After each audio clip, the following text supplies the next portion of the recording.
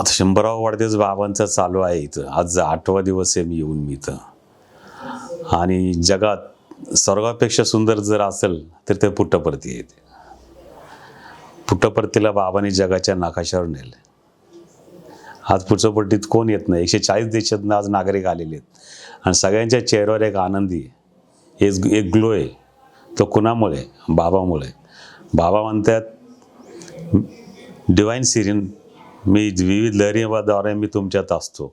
आणि ते खरं आहे. ते माझ्या स्वतःचा आत्ता अनुभव सांगतो की मी इथं आल्यावर 2 दिवस माझे हातपाय दुखत होते, झोपून होतो मी. जेव्हा मी सेवेला प्रारंभ केला आणि पहिल्या दिवसापासूनच मी एकदम सेवेमध्ये झालो. मी आता तिथंच राहूशी वाटतं. मी आत्ता पण तिथं निघालो होतो मी शेडवर जायला. म्हणजे सगळं, काल सचिन तेंडुलकर येऊन गेला, आज प्रेसिडेंट आले, नरेंद्र मोदी साहेब येऊन गेले. सगळ्यांच्या काय इच्छा असतील बाबांकडं. आणि ज्या अर्थी या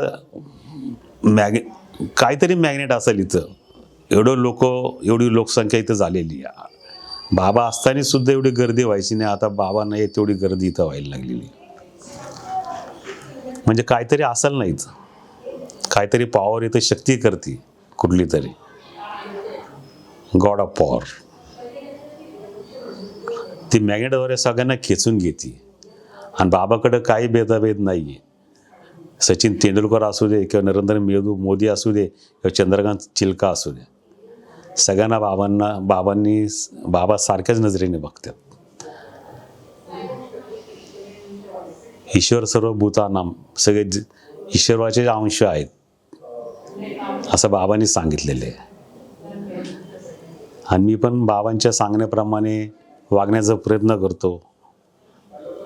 लो ऑल सर्व ऑल, मी सर्व प्राणी मात्र प्रेम करण्याचा प्रयत्न करतो. मुंग्यांपासून मी कबूतर, सगळ्यांचा विचार करतो मी. ही सगळी बुद्धी मला बाबांमुळे मिळाली. मनुष्य जन्म हा परत मिळत नाही. पुढचा जन्म कुठला असेल हा माहिती नाही. पण बाबाकडे मी मागणी करतो की पुढचा जन्म मला कुठलाही असू द्या, मनुष्याचा असू द्या, प्राणी मात्राचा असू द्या, पण तुमच्या सेवेत मला ठेवून घ्या. एवढं मी बाबांना सांगत असतो सारखं मी. कारण बाबाशिवाय काहीच नाही आहे. बाबा कालही होते, आजही आहेत आणि उद्या पण राहणार आहेत ते.